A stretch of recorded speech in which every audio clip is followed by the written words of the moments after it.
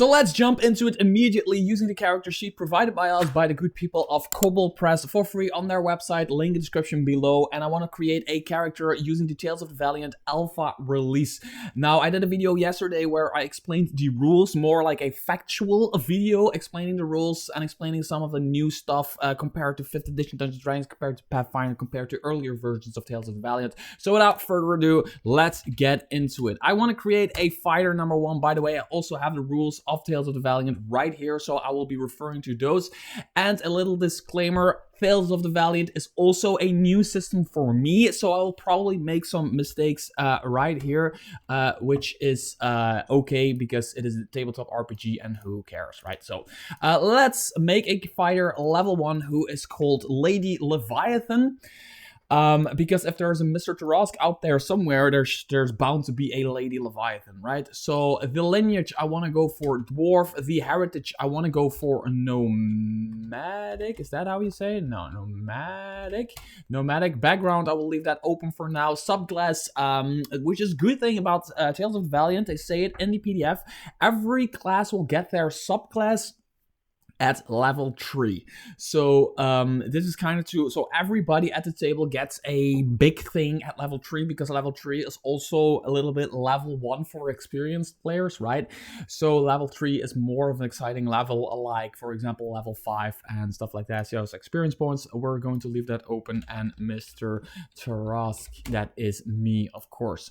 So let's look into this character, create this character real quickly. I want to just go over in a more like speedy way, give my thoughts while we do this. So character creation is on page 6, and as we know, we can roll for our stats, which we are let me see, 46, so we can spend 32 points, or we can take a standard array, which is 16, 14, 14, 13, 10, and 8. Now she's a dwarf, Lady Leviathan. So let's take that 16, 14, 14, 13, 10, and 8. So 16, 14, 14. So of course, I want to put 16 here. Then I want her to be more of, I want her to be a strength-based fighter. I can also give the dexterity also 14, making her really physically capable, but I don't think that makes a lot of sense for her to be like strong and dexterous. So I'm just going to put the 10 here. She's not like slow or anything, but she's just like, she has a 10. Then I want her to be more perceptive, if that is a word. So let's put the 13 here. So we have 16, 14, 14, 13, 10, 8. So I'm missing another 14 and an 8. So let's give her 14 on charisma for some reason and an 8 on intelligence. She's not the smartest person in the room. She doesn't have the most book knowledge, but she has a wizard for that. So, but she's very perceptive. So she's kind of like life smart, right? So the first thing what I'm going to do is kind of look at the fighter, because that's what they say, if I'm not mistaken, right here. Step-by-step character creation. Oh, I was at the right page. So step-by-step character creation, they say, where do I start? Create a character concept, choose a class. And then when you choose a class, you need to have everything: your strength, dexterity, constitution, intelligence, wisdom, and charisma. Each ability assigned to your ability score, you level up, you increase, blah, blah, blah, blah, blah, blah, blah, blah. So then you choose a lineage, and then you have like this checklist here. There is a checklist. I know it's right here. There is a checklist here, which we should do. So they start with the class features. So let's just start with the class features, right? So since we are a fighter, we are going into page number 15, and we are looking at this, who is basically Lady Leviathan, but in human form. She's badass. She has a freaking axe and a shield. And let's create this fighter all the way up to level 3. So we'll start with level 1, do the entire thing, and then level 3. So the first thing that we see is the proficiency bonus is 2. The status, I don't know per se what that is. So the initiative is probably going to be, since it's a 10, so it's going to be 0. You can create like the small thingies here, the whatever do you call them, the modifiers. Is that -1? He has a YouTube channel on DnD. He should know, but anyway. So, speed. Let's look at speed. That's probably in your race. Sorry. Lineage and heritage. As you can see, we have a lineage dwarf. So that's basically the blood that flows in your veins. That is what you physically represent. But the heritage is the way you were brought up. So maybe Lady Leviathan was found by a caravan of travelers, of humans, and they raised her. Something like that, right? So hit points, 1d10, where are they? Let me see. For me, it's also new, this character sheet, but there's a lot here. I think if you give this character sheet to like a noob, they will probably run away screaming. So the hit points at level 1 is 1d10 plus your constitution modifier. Nothing really big changes there. So 1d10, so 10 plus constitution modifier is 13 so 13, and temporary is 0. So as you can see, I'm not adding any pluses here right now. And that is because in Tales of Valiant, you don't. These are a little bit stronger than like the base numbers for 5th edition. They're quite stronger, as you can see, but that is because the gaining of ability scores, that is in the rolling or the choosing ability scores, right? It is not in the class, it is not in the race, it is not in the heritage, it is not in the background, it is just in the beginning of the game, so you don't have to look at that anymore. That's luck point. I don't know for sure how much that is, but we'll find that out a little bit later. At first level, we have 2 features, Last Stance and Martial Action. Can we put that here? Features. So Last Stand. Hello, Last Stand. My computer is super slow for some reason while typing. And what was the other one? Martial Action. We'll look at that, what that is in a bit. So, to just look at this really quickly, the Last Stand is when you take damage and it would reduce you to hit points to less than half your hit point maximum. You can use your reaction to spend 1 or more of your hit dice up to a number equal to your proficiency bonus immediately. So this is a second win, but cooler, better number-wise, but it is more occasional. You don't get to choose yourself when you use it, but it heals you for more, and you have more like flexibility of what you heal. And then you have a Martial Action, allows you to act quickly on the battlefield. You can take bonus action on each of your turns in combat. This bonus action can only be used to perform a weapon action or one of the unique martial actions granted by this feature. Choose one of the following unique martial actions that you know. This feature grants more benefit at the higher levels. So you can choose one, right? So you can take aim, guard, quick strike, or wind up. So that is off the bat at level 1. You already are like some sort of like the Battle Master fighter in 5th edition, and you have your second wind, number-wise better, but more occasional. The game actually dictates to you when you should use it, which is okay, but is for me not the way to go. For me, the way to go is you as a player should be able to choose when you use your second wind, right? Also, luck points. I'm probably going to not use that in my game because, as you might know, I absolutely despise quantifying luck. If they call it karma, I'm okay with it. But if you call it luck, I'm not okay with it because luck is, to my opinion, an unquantifiable thing. So, armor proficiencies, light, medium, heavy, shields, weapon. We don't even need to write that down, right? Because we're a fighter, we're basically proficient with everything. Tools, none. And then this is really interesting for the fighter and for this, if I'm not mistaken, for this alpha release, the fighter is the only person who has this. They have proficiency on constitution saves and then a choice of strength and dexterity. And this has always been a pet peeve of mine in 5th edition, where you... So constitution and dexterity, where you would make a fighter with a lot of dexterity, but then still they had proficiency in, there's a fly here, God damn it.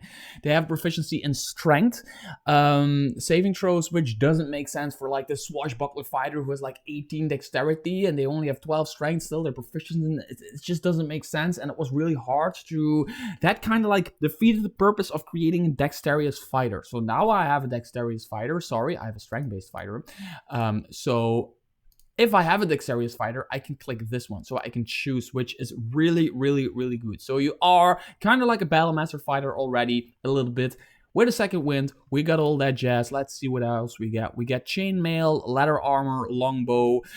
So the chainmail, let's take a starting equipment. Let's take let's just make this, right? A chainmail and a shield, right? Let's do that. So let's go to the equipment really quickly. Chainmail and shield, that's right here. Equipment, 58.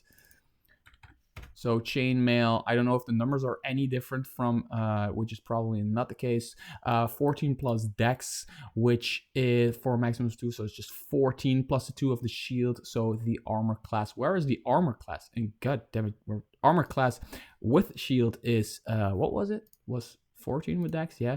So with shield it becomes a 16, no shield it becomes a 14. Wow, that is so cool.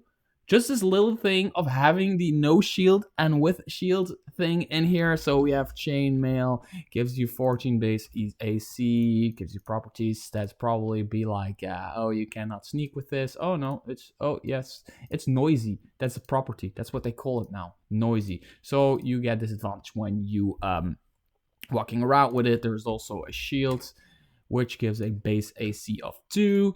So there is a shield base, nothing, right? So we now have a shield. Let's give her a hand axe or whatever, or battle axe, or is that a one-handed weapon? Battle axe, which has, so just going to go through this really quickly. So is there simple martial battle axe, which does 1d8 one-handed because we have a shield, 1d8, and the attack bonus, they don't say anything here. So it is, oh, it's a versatile weapon. They can use disarm and hamstring attacks, which I explained in my video of yesterday, which are the weapon options. You can do like weapon options with some weapons have weapon options 1 or 2 that you can do different kind of attacks with.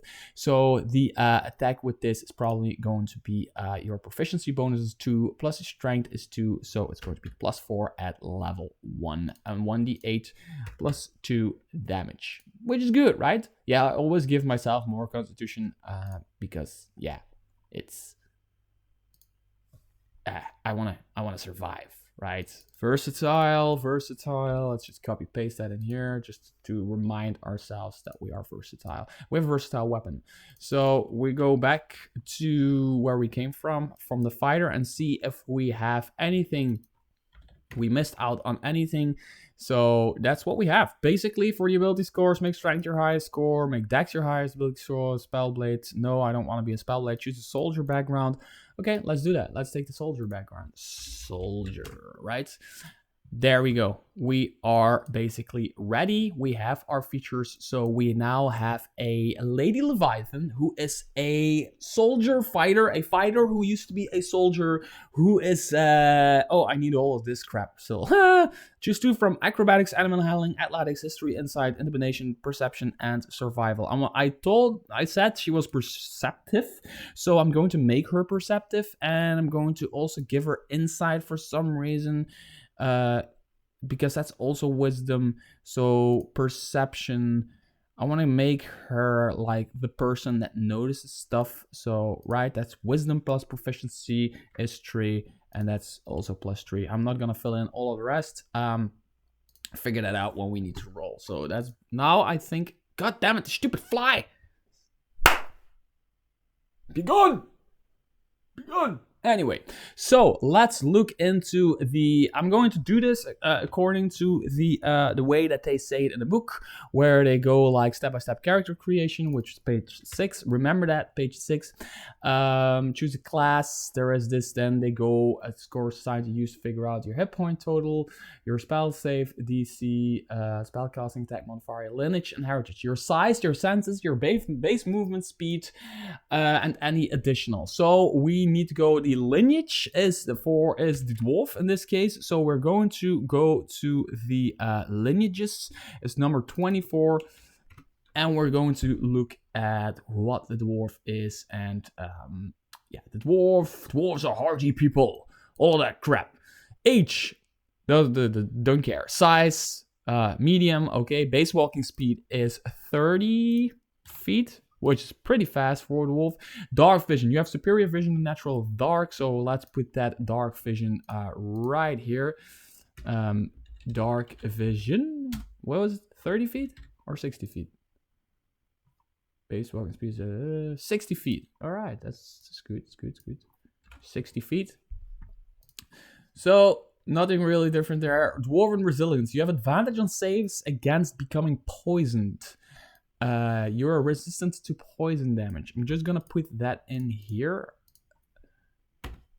Why is my computer okay doing that? Dwarven resilience and dwarven toughness. Your hit point maximum increases by 1 and it increases by 1 every time you gain a level, which is of course really good for a constitution tank based class, because I have a shield, I have a lot of armor class, I have a lot of constitution, so I have a lot of hit points, and now I get another hit point because I am a level 1. Now every time I level I get another hit point. Now there's nothing really new to that, compared to 5th edition, but the difference is that now every dwarf gets it. It's not like only the, what was it, the hill dwarf or the mountain dwarf, one of the two gets it. It's like the dwarf just gets it. If you have the dwarven lineage, you get it. So that's basically what a dwarf is.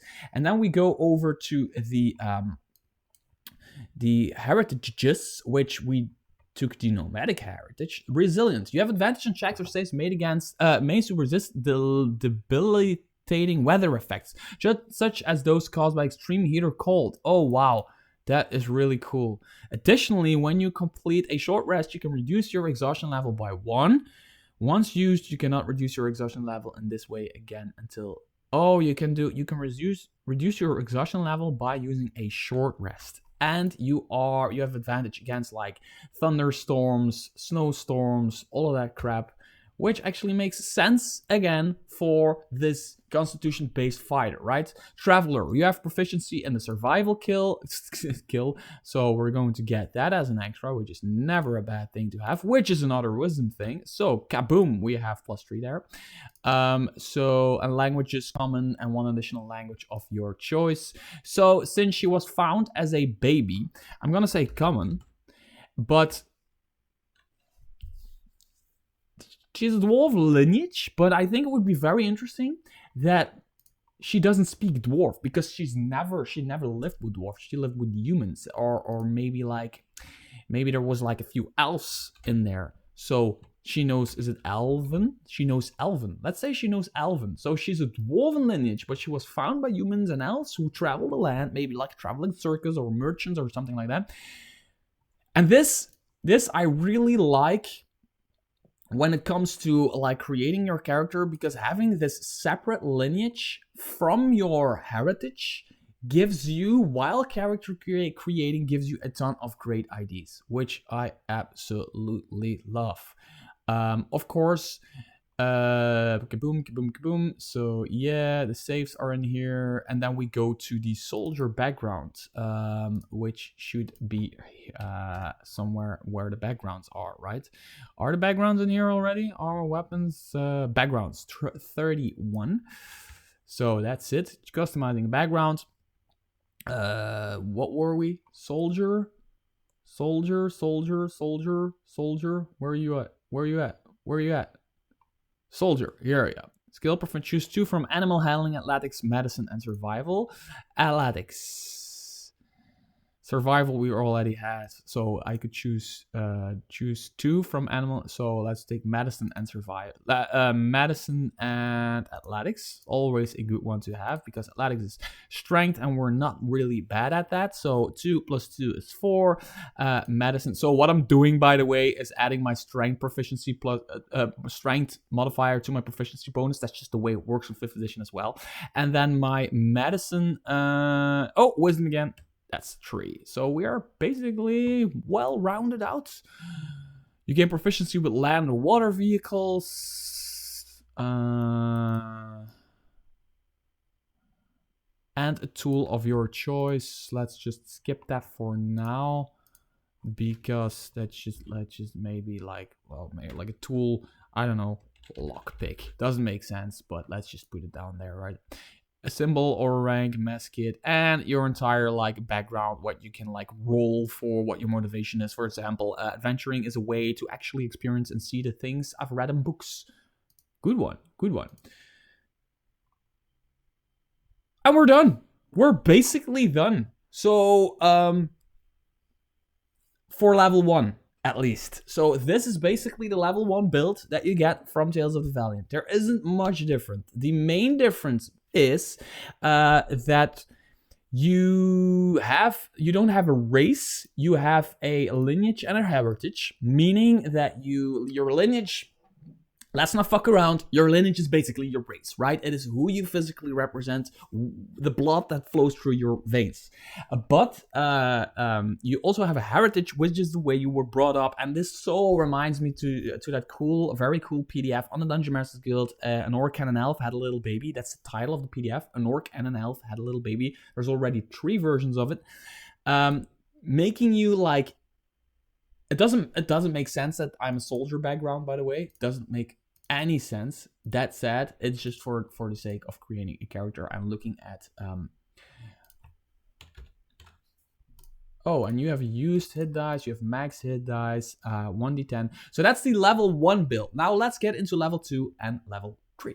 At level 2, we get another ability, which is Action Search, which is not really anything new from the 5th edition of Dungeons & Dragons, and we also get 6+ Constitution modifier, hit points. That is what it says, at least that's what it says right here. So 6+ con for me is 9, 14 plus 9, no, sorry, 10 because I'm a dwarf. So 14 plus 10 is 24 hit points already at level 2, and the Action Search. So let's quickly look at the Action Search. And see if there's anything wrong. When in need is great, you push your body to its absolute limits. On your turn, you can activate this feature to gain an additional action on top of your regular action and possible bonus action. So the wording is almost completely the same. Once you use the feature, you must complete a short rest or a long rest before you can use it again. So it says once per rest here, so it is once per short rest. So I'm just gonna put short here to remind me of that when I'm playing this character, because if I'm ever playing Tales of the Valiant, I'm gonna play Lady Leviathan. So I'm already creating this for this, so I was like, why not create a video of it, right? Then at level 3, so nothing changes really, because I'm a dwarf and I have the lineage, and there's nothing there. It's not like in the Cypher system where you look at all the things when you level up. Here you only look, of course, at your class and level. And then at level 3 comes the subclass. For every class in the game in Tales of the Valiant gets their subclass at level 3. So the proficiency bonus again remains the same. Our constitution is the same, so it's just plus 10 again, so it's 34 because it is 3 from constitution, 6 from our hit die, which is 9, and 1 because I'm a dwarf, because we're a dwarf. So we get that, and then we get our subclass, and we can choose between basically the fighter that casts spells, which was the Eldritch Knight, but is now called the Spellblade, which is something that interests me 0.0%. So I'm going to take the other one, which is the Rogue. No, I'm just kidding. It is the Weapon Master. So at 3rd level, you gain Mastery. Choose 3 weapons of simple or martial weapons with which you have proficiency, so all of them. You have mastered the use of those 3 weapons. Once per turn, when you roll damage for an attack with a weapon you have mastered, you can re-roll the weapon's damage dice for either result.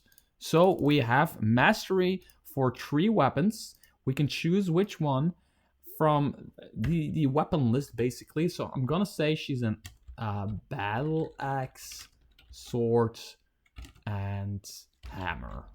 Battle hammer. I don't know how they word it, but I can edit this. So once per turn, this gives me a reroll on my damage die once per turn. That's basically what it says. Once per turn, when you roll damage for an attack with which you have proficiency, with the weapon you have mastered, you can reroll the weapon's damage dice and either result. And that's it. That's it. We're done. We now have a level 3, not 13, a level 3 fighter, Lady Leviathan, for Tales of the Valiant.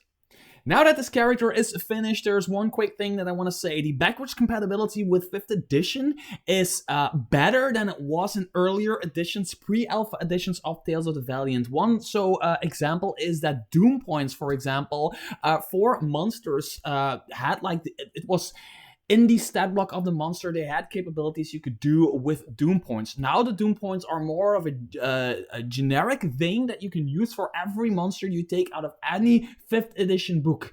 And for example, now that you have this way of getting your ability scores are more powerful. Like the vanilla ability scores are more powerful, but you don't get any extras from your class, your race, or whatever you got them from in 5th edition, meaning that it is, in that sense, it's actually basically the same balanced out. With Tales of the Valiant, you just get more choice, and with 5th edition, you just like take whatever is given to you. If you take a dwarf, you get +2 in this and this. If you take an orc, you get +2 in this and this. All of that stuff. So I think this is perfectly playable for any 5th edition thing that you have. For example, if you have My Freaking Adventure, which is a 5th edition adventure, Isle of the Dread of the Curse, right here. Buy it, link description below. It is a great adventure. People love it. I love it.